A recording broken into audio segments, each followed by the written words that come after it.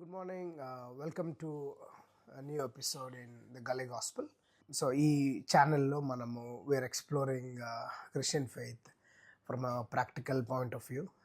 మరి how especially with regard to India it unfolded, what is its history, how are its people interacting with the Christian faith, kind of things we are trying to explore. Last episode lo we have seen the entry of Christianity to India, that is by Apostle Thomas Christianity ani manam part 1 lo chusamu.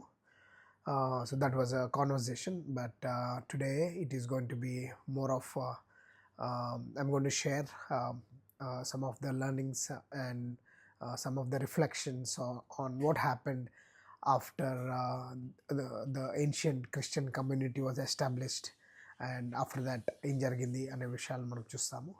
So just to recap, so apostle Thomas క్రిస్టియానిటీని ఇండియాలోకి తీసుకురావడము మనం చూస్తాము. మరి జెరూసలేంలో start అయిన Christianity it travel towards east. మరి ఈస్ట్లో వైబ్రెంట్ క్రిస్టియానిటీని మనము ఎర్లీ 3 centuries మనం చూస్తాము. అలాగే ఇండియాలో ఎస్పెషలీ అమాంగ్ కేరళైట్స్, అమాంగ్ ఈ కేరళ ప్రాంతంలో ఇనిషియల్ క్రిస్టియన్ ఫెయిత్ను ఇండియన్స్ స్వీకరించినట్లుగా మనం చూస్తాము. థామస్ ఎక్స్టెన్సివ్ వర్క్ చేసి మెడ్రాస్లో, ఇప్పటి చెన్నైలో ఆయన చనిపోయినట్లుగా చూస్తాము. మరి వీటికి సంబంధించిన lot of references and evidences మనము we seen a lot of books. So last time మనం చూసినట్లు early church fathers where they have written about the presence of Apostle Thomas in India. Some travelers who visited India have written about Apostle Thomas.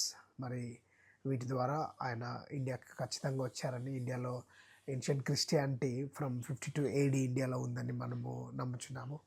దానికి సంబంధించిన lot of traditions are still in place today. A lot of evidences also. The initial families అప్పటి Thomas క్రిస్టియానిటీలోకి వచ్చిన families ఇప్పటికి కూడా మరి ఇన్ని వందల సంవత్సరాల తర్వాత కూడా సేమ్ ట్రెడిషన్స్ని కొనసాగిస్తూ మరి ఫ్యామిలీ టు ఫ్యామిలీ ఎలా ఆ ట్రెడిషన్స్ పాస్ ఆన్ అయ్యే అన్న విషయాలను కూడా మనం లాస్ట్ టైం చూసాము. So today is going to be interesting, ఎందుకంటే we are going to see expansion of Christianity in India. Thomas Christians ఎలాగైతే ఒక పాకెట్లోనే ఆ ప్రాంతానికి పరిమితం అయినారు ఎక్కువగా. So we don't see much of their work outside of Kerala. But ఈరోజు మనం చూడబోయే ఎపిసోడ్లో సెకండ్ పార్ట్లో how Christianity has actually spread and the colonial powers, Portuguese మరి ఇండియాకు ట్రేడ్ నిమిత్తము రావడము, ట్రేడ్ నిమిత్తం వచ్చిన వాళ్ళు ఎలా వాళ్ళతో పాటు మిషనరీస్ని కూడా తీసుకురావడము, వర్క్ని వాళ్ళు చేశారన్న విషయాలను మనం చూస్తాము. మోస్ట్ ఇంపార్టెంట్లీ 3 విషయాలను ఈరోజు నేను మీతో షేర్ చేసుకోవాలనుకుంటున్నాను. ఒకటి ఈజ్ ఫ్రాన్సిస్ జేవియర్ అన్న ఈ యొక్క popular missionary. And then the delegation of Jesuit machineries.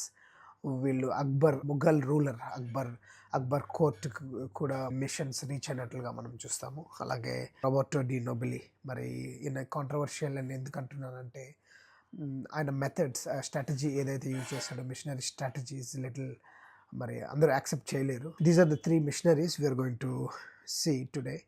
Sorry, rather 2 missionaries and 1 to the Akbar's court. 1498కి మనం వెళ్ళాలి. 1498లో మనకు we have Vasco da Gama coming in to India. So Vasco da Gama ఇండియాకి వచ్చి ఆయన 1498లో కాలికట్ అనే ప్లేస్లో, ఇప్పటి కేరళలో కాలికట్ అనే ప్లేస్లో ఆయన ల్యాండ్ అయ్యారు. ఆయన షిప్లో పోర్చుగల్ నుండి రావడం జరిగింది. So Vasco da Gama discovered sea route to India అని మనము we read in the history books. ఆయన వచ్చేటప్పటికి ఆ టైంలో జమోరిన్ అనే కింగ్ రూల్ చేస్తున్నారు ఆ ప్రాంతాన్ని. He's a Hindu ruler, but Portuguese negotiated with him. And then Portuguese సంప్రదింపులు జరిపిన తర్వాత కొచ్చిన్ ప్రాంతంలో ఫస్ట్ ఫోర్ట్ని ఎస్టాబ్లిష్ చేసుకోవడము, వాళ్ళ ట్రేడింగ్ కార్యకలాపాలకు ఫస్ట్ ఫోర్ట్ని కొచ్చిన్లో ఏర్పాటు చేసుకోవడం జరుగుతుంది. మరి ఆ కొచ్చిన్ ప్రాంతంలో మనకు 2 things గమనించాలి. ఒకటి ఏంటంటే ఆల్రెడీ థామస్ క్రిస్టియన్స్ ఎవరైతే ఆల్మోస్ట్ 1400 years, ఇప్పటికి 1400 years ఉన్నారో ఆ కొచ్చిన్ ప్రాంతంలో వాళ్ళు ఉన్నట్లు మనం చూస్తున్నాము. One of the places where Thomas Christians presence ఉన్నట్లు చూస్తాం. అలాగే ఎందుకు పోర్చుగీస్ ఇండియాకి రావాల్సి వచ్చిందంటే because of spice trade, especially పెప్పర్ని ట్రేడ్ చేయడానికి ఇండియాకి వాళ్ళు రావాల్సి వచ్చింది. సో ఆ ప్రాంతంలో వెస్టర్న్ ఘాట్స్ ఏరియాలో పెప్పర్ పండుతుంది కాబట్టి యూరోప్లో దానికి it has high value and demand. That's why they wanted to do this pepper trade and then take the spices back to the Europe. మరి ఆ దృష్టితో వాళ్ళ బిజినెస్ కార్యకలాపాలను స్టార్ట్ చేయడం జరిగింది. పోర్చుగీస్ ట్రావెలర్తో పాటు military interest and also spiritual interest ఇక్కడ మనం క్యారీ అయినట్లుగా మనం చూస్తాము. ఈ సిస్టమ్ని ప్యాడ్రాడో సిస్టమ్ అంటాం. ప్యాడ్రాడో అంటే అప్పటి పోర్చుగీస్ ట్రావెలర్స్కు they have the backing of the king of Portugal and also the pope of Rome. మరి పోప్ యొక్క spiritual blessings and spiritual backing and also king of Portugal యొక్క మిలిటరీ బ్యాకింగ్ అండ్ సపోర్ట్ అప్పటి ట్రావెలర్స్కి ఉండేది.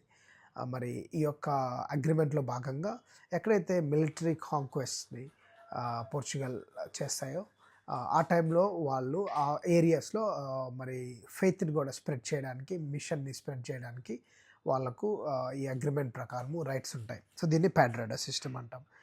System బ్యాకింగ్తో Vasco da gamma and ఆయన తర్వాత వచ్చిన మరి ఫ్రాన్సిస్ జేవియర్ కూడా ఇక్కడ మిషన్ చేయడానికి ఈ సిస్టమ్ యూజ్ అవుతుంది. ఓకే, సో ఫస్ట్ ఇక్కడ ఒక స్ట్రగుల్, ఒక చిన్నపాటి స్ట్రగుల్ జరుగుతుంది. వాస్కో డ గామా వచ్చిన తర్వాత ఎర్లీ మిషనరీస్ ఎవరైతే ఉంటారో వాళ్ళు రోమ్ కేంద్రంగా ఏర్పాటు చేయబడిన లేకపోతే పోప్ అథారిటీలో ఉన్న చర్చ్, లాటిన్ క్యాథలిక్ చర్చ్ని రిప్రజెంట్ చేస్తూ వస్తున్న మిషనరీస్. సో వాళ్ళకు ఆల్రెడీ ఇండియాలో ఉన్న థామస్ క్రిస్టియన్స్ ఎవరైతే ఉన్నారో వాళ్ళు చాలా డిఫరెంట్గా అనిపించారు. అంటే వాళ్ళు ఆబ్వియస్గా లాటిన్ క్రిస్టియన్స్ లేకపోతే క్యాథలిక్ క్రిస్టియన్స్ ఎవరైతే వచ్చారో వాళ్ళు ఇండియాలో ఉన్న థామస్ క్రిస్టియన్స్ను మరి వాళ్ళల్లో అసిమిలేట్ చేసుకోవాలని ట్రై చేశారు, వాళ్ళల్లో కలుపుకోవాలని ట్రై చేశారు. కానీ థామస్ క్రిస్టియన్స్కి already they had their own tradition, their way of worshipping Jesus is different, the way they do life is different.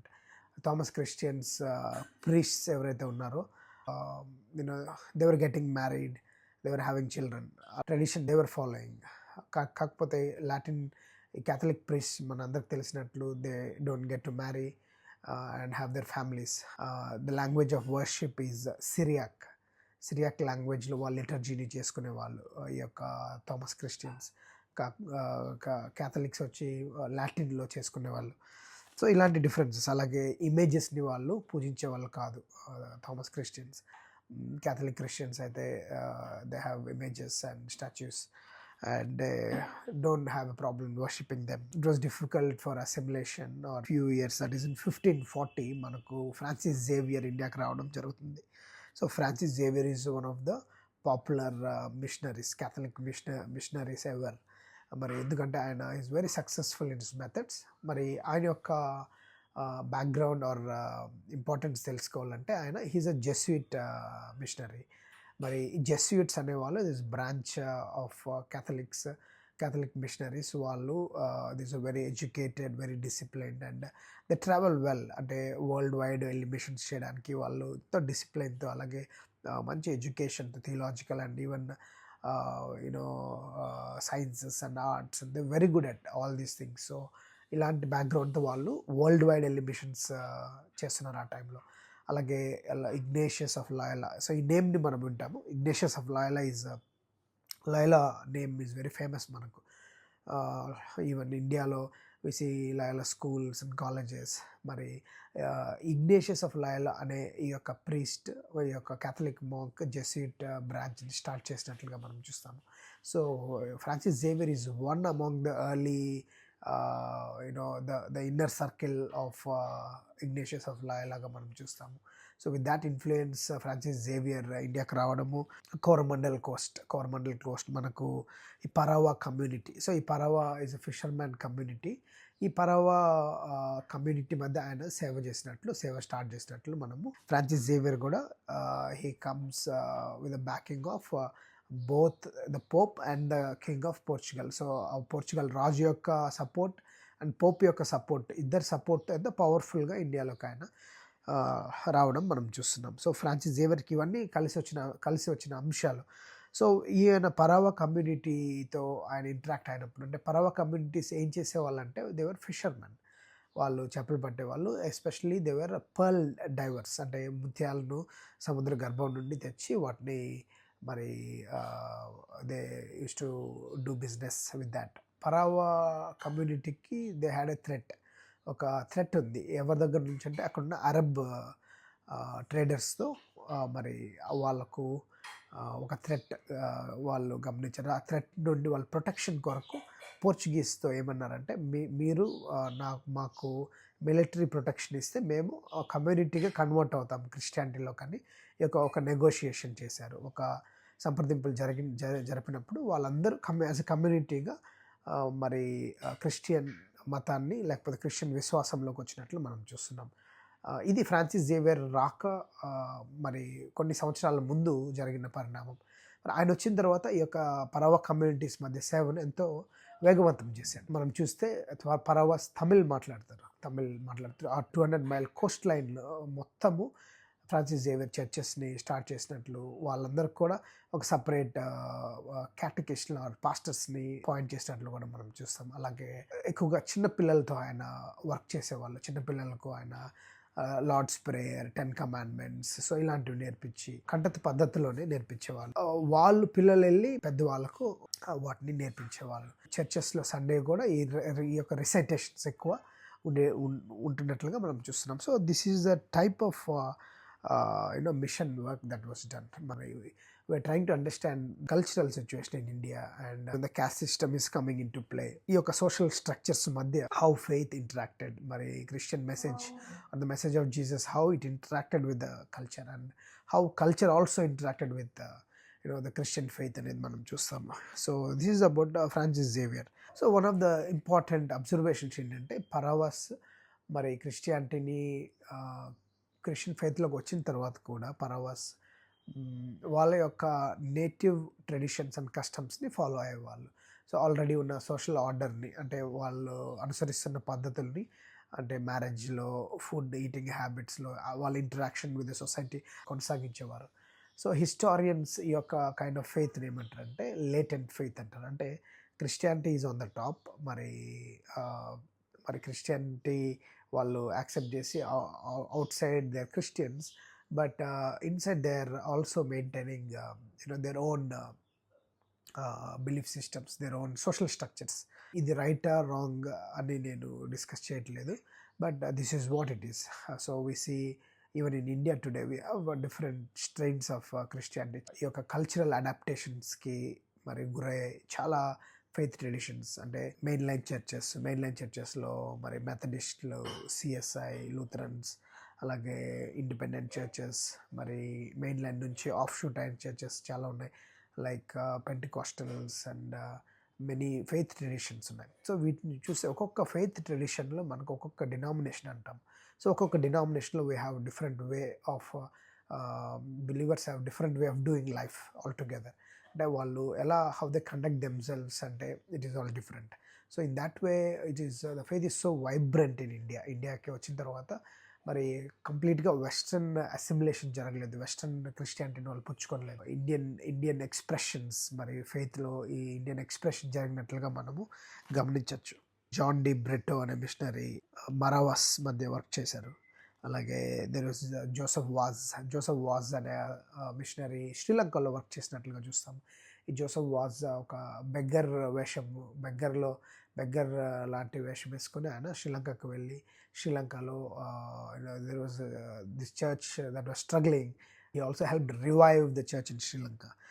The next part we are going to see about the interactions of Christian faith in the Akbar's court. Great Mughal ruler Akbar మరి ఇండియాని ఆ టైంలో పరిపాలిస్తున్నారు. So ఇది 1579 ప్రాంతము. ఒక పిలుపును ఆయన గోవా కేంద్రంగా ఉన్న క్యాథలిక్ అండ్ పోర్చుగీస్ మిషన్స్కు ఇచ్చినట్లుగా మనము చూస్తున్నాము.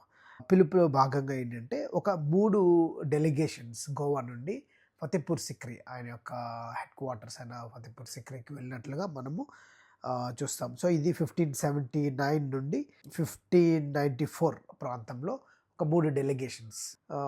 So what is special about these delegations అంటే, so Akbar was interested Islam king అయినప్పటికీ, Mughal ruler while following Islam, ఈ had great interest in exploring other religions. మరి మిగతా విశ్వాసాలు, మత విశ్వాసాలు ఎలాంటి విషయాలు చెప్తున్నాయన్న విషయాలను ఆయన ఎక్స్ప్లోర్ చేయాలనుకున్నాడు. అందుకే ఆయన ఇబాదత్ ఖానా అనే ఒక స్పేస్ని ఆయన క్రియేట్ చేశారు. సో ఈ యొక్క ఇబాదత్ ఖానా ప్లేస్లో సో హిందూ పండిట్స్ను, జైన్ మాంగ్స్ను, జొరాస్ట్రియన్ ప్రీస్ట్ను, క్యాథలిక్ క్రిస్టియన్ స్కాలర్స్ను ఆయన ఇన్వైట్ చేసి వాళ్ళ యొక్క వ్యూస్ని ఆయన వినేవాడు. ఈ జెస్యూట్ మిషనరీ ప్రజెంటేషన్ ఇచ్చి అక్బర్ కోర్ట్లో వాళ్ళు మరి క్రిస్టియానిటీని, క్రిస్టియన్ ఫెయిత్ క్లెయిమ్స్ను, జీసస్ను ప్రజెంట్ చేయడం జరిగింది. అక్బర్ కన్వర్ట్ అయితే అవ్వలేదు, కానీ చాలా elements of European Christian elements చాలా మటుకు మరి ముఘల్ పెయింటింగ్స్లో మరి రిఫ్లెక్ట్ అయినట్లుగా అలాంటి ఇంపాక్ట్ని మనం చూస్తాము.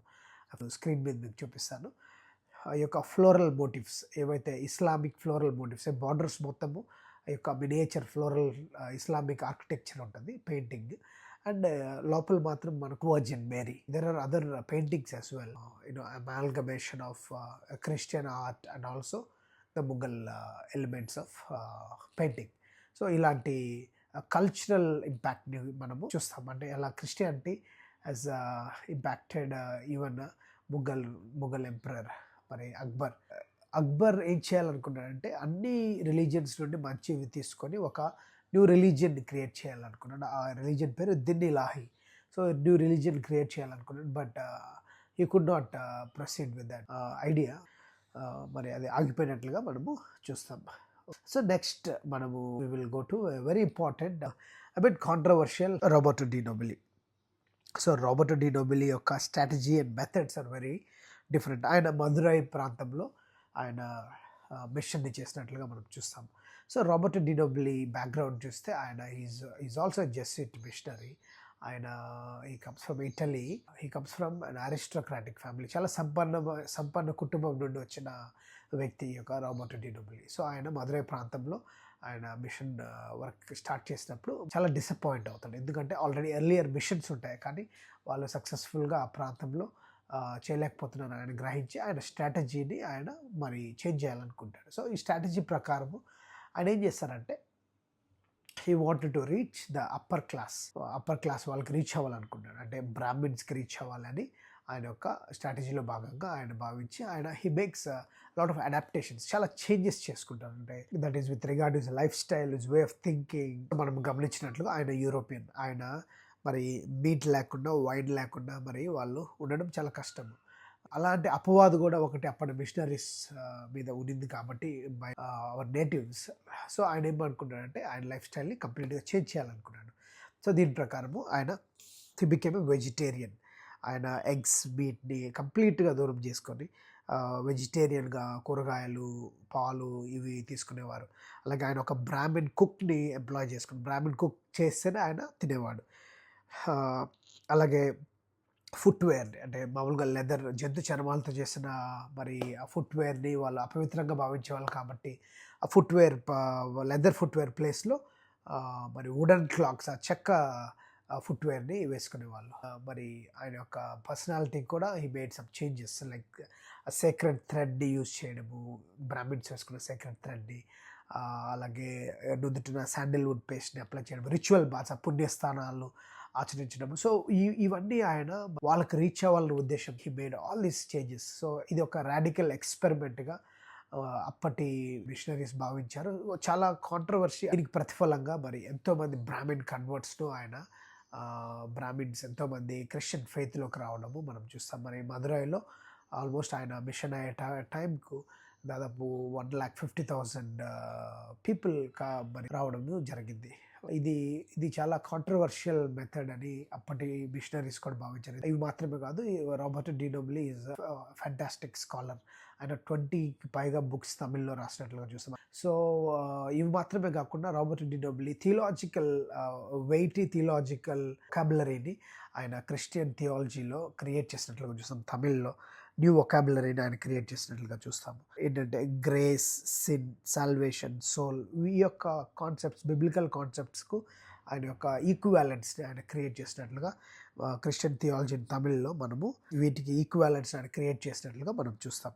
రాబర్ట్ ఫ్రాకెన్బర్గ్ అనే హిస్టారియన్ ఏమంటాడంటే రాబర్ట్ డి నోబ్లీని ఫాదర్ ఆఫ్ తమిళ్ ప్రోజ్ అంటారు. స్ట్రాటజీ వలన Robert de Nobili always he was in constant struggle or fight with their his superior his contemporaries. So చాలా ఎంతవరకు రైట్ ఈ యొక్క cultural adaptation. Till now we have arguments for both sides. Caste అనే ఇన్ఈక్వాలిటీని address చేయకుండా క్యాస్ట్ని అట్లా కొనసాగించేది మెథడ్స్ని వాళ్ళు encourage చేసినట్లుగా చూస్తాం. Some of the later missionaries after de Nobili also continued the same strategy of not addressing the issue of inequality of caste or inequality of social structures.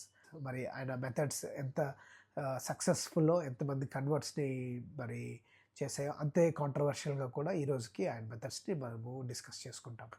Part 2 the teachings of Jesus came to India and spread across different communities among Paravas, among the Tamils, the Tamil Brahmins of Madurai, went to the Akbar's court, what kind of impact it had, how it impacted the cultures, how it challenged the caste system, or how it assimilated the caste system, or how social structures challenged the thinking of missionaries. A dynamic equation is emerging now in India, Indian missions. So we have seen this, and going forward, Manamu will be looking at Bartholomew Ziegenbalg next, and then William Carey. Faith is so dynamic, and how it interacts with our cultures and people groups, because the mission has started from Israel, from the ethnic Israel.